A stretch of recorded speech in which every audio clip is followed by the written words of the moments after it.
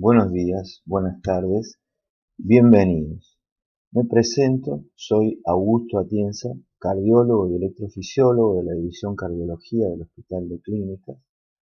En esta clase y mediante dos breves presentaciones, vamos a analizar las características de las bradiarritmias y bloqueos, comenzando con la disfunción sinusal. Para organizar la presentación, repasaremos la anatomía y la fisiología del sistema de conducción cardíaco, intentaremos establecer una definición de la disfunción sinusal, repasaremos aspectos de la semiología y la presentación clínica, reconoceremos cuáles son las características electrocardiográficas principales que tenemos que buscar, intentaremos hacer una evaluación del riesgo que representan para los pacientes y finalmente veremos aspectos de las conductas terapéuticas. Acá podemos ver un esquema del sistema de conducción normal del corazón. Sabemos que las células del nódulo sinusal son las que poseen en mayor grado la propiedad del automatismo, es decir, la capacidad de generar en forma espontánea impulsos eléctricos autopropagados que luego viajan hacia el resto del sistema de conducción. Esto tiene que ver con sus propiedades electrofisiológicas, ¿no? Y la presencia de un prepotencial fase 4 que espontáneamente lleva a la célula hasta el nivel de descarga y origina los estímulos eléctricos. Las células del nódulo sinusal son las que poseen el mayor grado de automatismo y normalmente descargan a una frecuencia entre 60 y 90 latidos por minuto, de forma que tienen el comando sobre el resto de las células con esta capacidad de automatismo o marcapasos subsidiarios que se encuentran a lo largo del sistema de conducción. Entonces, desde el nódulo sinusal, localizado anatómicamente en la aurícula derecha alta, a nivel de la crista terminalis en la unión entre la vena cava superior y la aurícula, desde ese sitio el impulso eléctrico se origina, viaja a través de la aurícula derecha y la aurícula izquierda y llega hasta la zona del nodo AB. A nivel del nodo AB, la propiedad fundamental desde el punto de vista electrofisiológico sabemos que es la conducción lenta, ¿sí? Es decir, hay un retraso en la conducción que permite la activación secuencial de primero las aurículas y luego los ventrículos. Esto es una característica fisiológica del nodo AB y la conducción es mucho más lenta que en el resto del sistema de conducción. En la unión entre el nodo AB compacto y el GIS hay células con propiedades de automatismo también. Normalmente es uno de los marcapasos subsidiarios y los estímulos eléctricos que se originan en este sitio se denominan latidos o ritmos unionales o de la unión. Cuando hay una falla del nódulo sinusal por enfermedad o por alguna otra causa, uno de los sitios o uno de los ritmos que podemos ver están originados en este sitio y se llaman ritmos de la unión.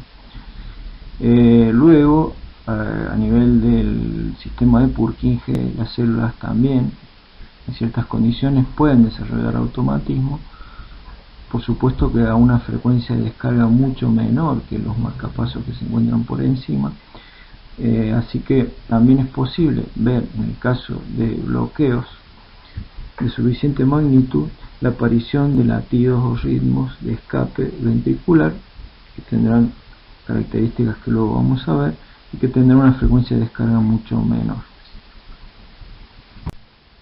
Las células del nódulo sinusal y del nódulo auriculoventricular reciben una abundante inervación autonómica, es decir, tienen numerosas fibras simpáticas y parasimpáticas con una regulación muy clara, de forma que la actividad espontánea, como podemos ver en la condición basal, con una frecuencia cardíaca dada por la pendiente del prepotencial, se puede regular en forma muy marcada con la estimulación vagal, como vemos en el esquema 2, que disminuye la pendiente originando pausas o disminución de la frecuencia cardíaca o frecuencia de descarga, o un aumento de la pendiente con aumento de la frecuencia por estimulación simpática. Esto nos da idea que más allá de la actividad intrínseca del nódulo sinusal, hay numerosos factores como la estimulación autonómica o el efecto de drogas que pueden modificar esta actividad que influirán sobre la función del nódulo sinusal, aumentándola y manifestándose incluso en forma patológica. El electrocardiograma continúa siendo la principal herramienta diagnóstica para el estudio de las alteraciones del ritmo y los trastornos de la conducción. De forma que analizaremos rápidamente algunas características que no tienen que faltar cuando estudiamos las bradiarritmias. Lo primero es analizar la onda P, las características morfológicas, la duración de la onda P normal. Sabemos que cuando es una onda P sinusal, en las derivaciones de la cara inferior, es decir, en D2, D3 y ABF, tenemos una deflexión positiva. Esto nos da la pauta de que se trata de una onda P sinusal. Luego tenemos que ver si la relación entre la onda P y el QRS. A cada onda P le sigue un QRS. O hay dos ondas P sin QRS intermedio. Esto nos dirá la posibilidad de que haya una pausa o alguna alteración. Lo siguiente que tenemos que analizar es el intervalo PR. El intervalo PR incluye la despolarización auricular, la llegada al nodo AB, el enlentecimiento de la conducción a través del nodo AB y luego el pasaje a través del sistema de conducción hasta el Purkinje y el ventrículo. De forma que si la conducción está normal, el intervalo PR tiene entre 0,12 y 0,20 segundos.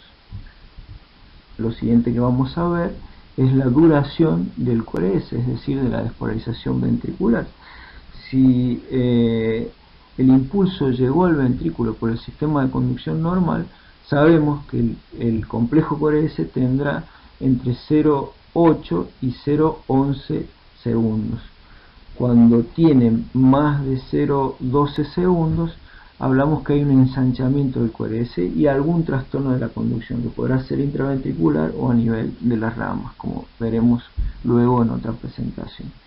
Entonces, características morfológicas de la onda P, la relación entre la onda P y los complejos QRS y el análisis de los intervalos, de la duración de los intervalos PR y QRS.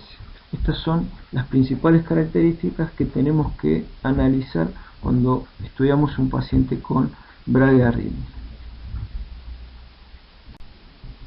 La bradicardia sinusal se caracteriza por una frecuencia cardíaca menor a 60 latidos por minuto, pero es importante considerar que no siempre es una condición patológica, porque podemos encontrarla en sujetos sanos. Esto ocurre de forma fisiológica en los momentos de aumento del tono vagal, por ejemplo durante el sueño. También en sujetos entrenados, fundamentalmente que realizan actividad aeróbica, como los nadadores, los ciclistas o los maratonistas, que tienen un aumento basal del tono vagal, de forma que podemos encontrarnos con frecuencias en reposo menores a 50 latidos por minuto sin ninguna condición patológica. También puede deberse al efecto de drogas. La digoxina tiene un marcado efecto vagotónico y entonces producirá disminución de la frecuencia. Los beta bloqueantes, por supuesto, los bloqueantes de los receptores beta 1, los bloqueantes cálcicos y algunos otros antiarrítmicos pueden producir bradicardia sinusal. Finalmente, algunas patologías clínicas clásicas como el hipotiroidismo, donde es común encontrarlo, la hipotermia, la ictericia, algunas condiciones agudas como la hipertensión endocraniana o finalmente la cardiopatía o las enfermedades del sistema de conducción, como vamos a analizar en las siguientes diapositivas. La disfunción sinusal es la condición subyacente a la bradicardia sinusal patológica, es decir, la disfunción sinusal se va a caracterizar por una frecuencia cardíaca baja en reposo y una anormalmente lenta respuesta ante ciertos estímulos como la actividad física. La disfunción sinusal o alteración o enfermedad del nódulo sinusal podrá ser intrínseca, es decir, digamos, propia del nódulo sinusal. Esto se debe a una enfermedad que afecta a las propiedades electrofisiológicas de las células marcapasos del nódulo sinusal, disminuyendo su frecuencia espontánea y también su respuesta a estímulos, o extrínseca, es decir, dada por efecto de otras condiciones, fundamentalmente regulaciones autonómicas o drogas que influyen sobre su función. Es importante recordar esto porque a veces, cuando se trata de una disfunción extrínseca, la modificación de los factores que la están produciendo, por ejemplo la supresión de las drogas, puede llevar a la normalización de la función sinusal. El otro parámetro muy importante para considerar es la insuficiencia cronotrópica, es decir, dijimos que disminuye la frecuencia cardíaca basal en reposo, pero también hay una normal respuesta al ejercicio, y eso lo valoramos con la insuficiencia cronotrópica. Es decir, ante ciertos estímulos como la actividad física, la respuesta cronotrópica es anormal y lenta. En una ergometría lo podremos observar como una disminución, o sea, un aumento menor al 80% de la frecuencia cardíaca máxima observada en la ergometría. Y en el Holter, la otra herramienta diagnóstica, en un rango estrecho de variabilidad de la frecuencia cardíaca, donde vemos uniformemente lento a lo largo de las 24 horas sin grandes variaciones entre los momentos de reposo y actividad. Quiere decir que nunca debe faltar en la valoración de los pacientes con disfunción sinusal, además del electrocardiograma, la ergometría para valorar la insuficiencia cronotrópica y el Holter. Estas son las características electrocardiográficas de la bradicardia sinusal. Intentaremos ser sistemáticos como lo venimos haciendo en estas clases, en el análisis del electrocardiograma. Lo primero que tenemos que identificar es la presencia de las ondas P. El primer canal es una derivación de la cara inferior, de 2, el segundo canal una derivación precordial de 5V6, y el tercer canal es una derivación intraesofágica que se usó en algún momento para identificar sobre todo, fíjense, el potencial que corresponde a la onda P. Entonces, claramente tenemos una onda P positiva en cara inferior, por lo tanto es una onda P sinusal, que cada onda P va seguida de un QRS y el intervalo PR es normal. La morfología y la duración de la onda P y del intervalo PR son normales. Pero si analizamos el intervalo PP, es decir, el intervalo de tiempo entre una onda P y la siguiente, vemos que esto sí está prolongado, de forma que la frecuencia cardíaca en este caso llega a 30 latidos por minuto. Entonces, bradicardia sinusal. En la disfunción sinusal, la bradicardia se acompaña de pausas, es decir, ausencia de latidos que duran más de 2 segundos. Las pausas tienen como causa principal los paros sinusales. ¿Cuáles son las características de los paros sinusales y que nos van a permitir reconocerlos? Primero, la aparición de pausas, como dijimos, es decir, lapsos sin latidos mayores a 2 segundos, dados por la desaparición de la onda P. Pueden aparecer latidos o ritmos de escape.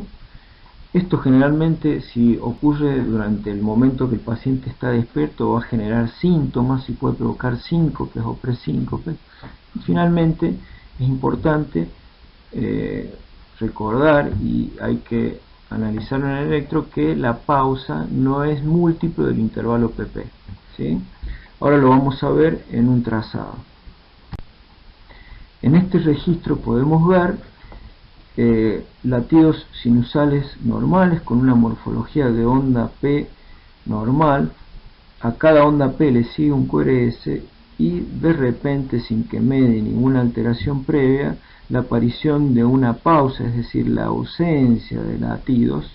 No se visualiza ni onda P ni QRS, que se prolonga por un intervalo mayor a los 2 segundos hasta la aparición de un latido inicialmente sin onda P, fíjense que ya vamos a ver, esto se llama un latido de escape, y luego la reaparición de la onda P seguida de un crece normal.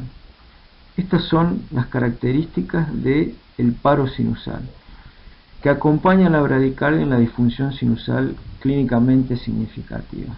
Fíjense, esta pausa tiene 4,2 segundos hasta la reaparición de la onda P. Pero, ¿qué es un latido de escape y cuál es su importancia? Lo analizaremos.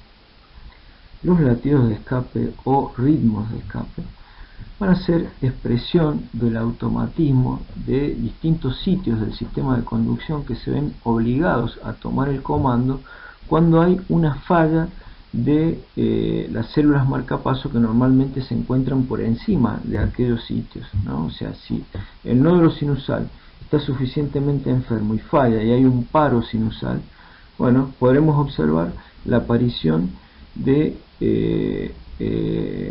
las células de la unión capaces de generar un latido que tome el comando, ¿no? Y eso es lo que vamos a llamar latido de escape de la unión o escape alto. Fíjense la característica que tiene. Siempre va a estar precedido de una pausa, ¿sí? O sea, los latidos de escape están precedidos de pausas y carecen de onda P previa, porque justamente aparecen cuando hay una falla del sistema eléctrico normal que se encuentra por encima. Y si ese latido de escape tiene exactamente las mismas características que los latidos conducidos desde el nódulo sinusal, por lo tanto es un complejo fino, decimos que es un escape de la unión o escape alto. Y fíjense cómo son las características exactamente iguales a la de los latidos conducidos. Por el contrario, cuando el latido de escape o ritmo de escape tiene una característica morfológica muy distinta, se trata de un complejo ancho, aberrante, de más de 0,12 segundos, eso nos está diciendo que el origen de ese latido de escape está a nivel de las células de Purkinje en el ventrículo, ¿no? Y que por supuesto el grado de enfermedad es mucho mayor.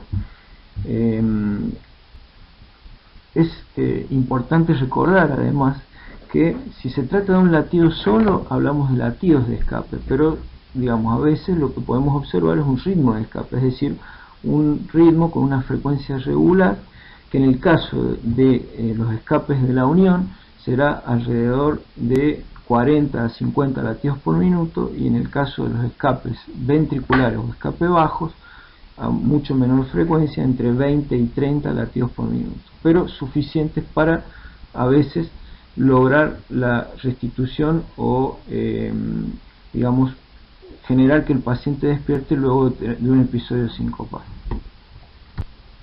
Otra condición que puede provocar pausas con ausencia de ondas P es el bloqueo sinoauricular. Esto también se va a caracterizar por pausas que se producen por demora o interrupción en la propagación del estímulo desde el nódulo sinusal hacia las aurículas. Es decir, se generó el estímulo a nivel del nódulo sinusal, pero no logró pasar hacia las aurículas y por lo tanto no podemos ver o no vemos la onda P. Esto, digamos, se produce a veces por enfermedad, pero principalmente por influencia autonómica, tiene que ver con el tono vagal. Y podemos encontrarlo en sujetos sanos durante el descanso nocturno cuando hay un aumento del tono vagal. Rara vez es sintomático y la característica de la pausa es que va a ser múltiplo del intervalo PP, ¿sí? Esto lo podremos entender mejor viendo un trazado a continuación. En este registro podemos analizar las características electrocardiográficas del bloqueo sinoauricular. Fíjense que se trata de un ritmo sinusal donde a cada onda P le sigue un QRS con un intervalo PR que es normal. Y la aparición de una pausa de casi 2 segundos donde la primera P que se observa luego de la pausa tiene las mismas características morfológicas que las ondas P previas. Quiere decir que no se trata de un latido de escape, sino que es nuevamente el ritmo sinusal. Y la pausa, acá lo importante es analizar que la pausa es múltiplo del intervalo PP previo. Quiere decir que en la barra intermedia, justo donde cae el intervalo PP, hay un estímulo sinusal que no logra salir hacia la aurícula, está bloqueado en su salida hacia la aurícula, es decir, un bloqueo sinoauricular de alto grado, de forma que no se visualiza onda P, y cuando nuevamente logra pasar hacia la aurícula reaparece la onda P, ¿sí? Entonces la característica de ser múltiplo del intervalo PP previo es lo que define al bloqueo sinoauricular. Muy bien. Algunas conclusiones respecto a las conductas terapéuticas en la disfunción sinusal. Primero, el tratamiento efectivo pasa por el implante de un marcapaso. Acá podemos ver las indicaciones clase 1 del consenso de la Sociedad Argentina de Cardiología para implante de marcapasos en la disfunción sinusal. Segundo punto, no hay tratamiento farmacológico efectivo para corregir la disfunción sinusal. Sí es importante corregir los factores médicos, los trastornos médicos que sean reversibles, por ejemplo el hipotiroidismo o la suspensión de drogas que puedan estar afectando el funcionamiento del nódulo sinusal. Pero si no hay factores reversibles y tenemos disfunción sinusal sintomática, esto puede traducirse en astenia, baja capacidad, baja tolerancia al esfuerzo, la aparición de presíncopes, mareos o directamente síncopes. La disfunción sinusal sintomática por cualquiera de estas causas, con bradicardia de menos de 40 latidos por minuto, o pausas en ritmo sinusal mayores a 2.5 segundos, es indicación de marcapaso. Incluso las pausas mayores a 3 segundos en ritmo sinusal, aún en pacientes asintomáticos, pueden llegar a ser indicación de marcapaso, y hay que hacer un análisis muy exhaustivo de el paciente para definir esta conducta. Por último, es importante recordar que además de del electrocardiograma, es importante valorar la insuficiencia cronotrópica siempre con una prueba funcional para ver, porque algunos pacientes no la manifiestan en reposo, pero sí la tienen muy marcadamente como respuesta al ejercicio. Muy bien. Gracias por su amable atención.